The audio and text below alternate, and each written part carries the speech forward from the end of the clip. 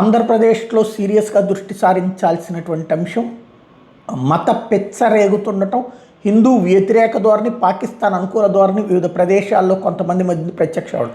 ఆ మధ్య నంద్యాల దగ్గర చూసాం, అట్లాగే తీవ్రవాదుల్ని రీసెంట్గా చూసాం. ఇప్పుడు లేటెస్ట్గా పాకిస్తాన్ అనుకూల నినాదాలు చేసి పోలీస్ కేసుల్లో ఇరుక్కున్నాడు ధనుంజయ్ అలియాస్ మహమ్మద్ ఆసిఫ్. ప్రేమ కోసం మతం మార్చుకున్నాడట. సత్యసాయి జిల్లా దేవిరెడ్డిపల్లికి చెందిన ఈ ధనుంజయ్ అనేవాడు గోర్లవాండ్లపల్లికి చెందినటువంటి ముస్లిం అమ్మాయిని ప్రేమించాడు. మతం మారితేనే పెళ్లికి ఆమె తల్లిదండ్రులు అంగీకరిస్తారని చెప్పి అమ్మాయి అనేటప్పటికీ వీడు ఇస్లాం స్వీకరించాడు.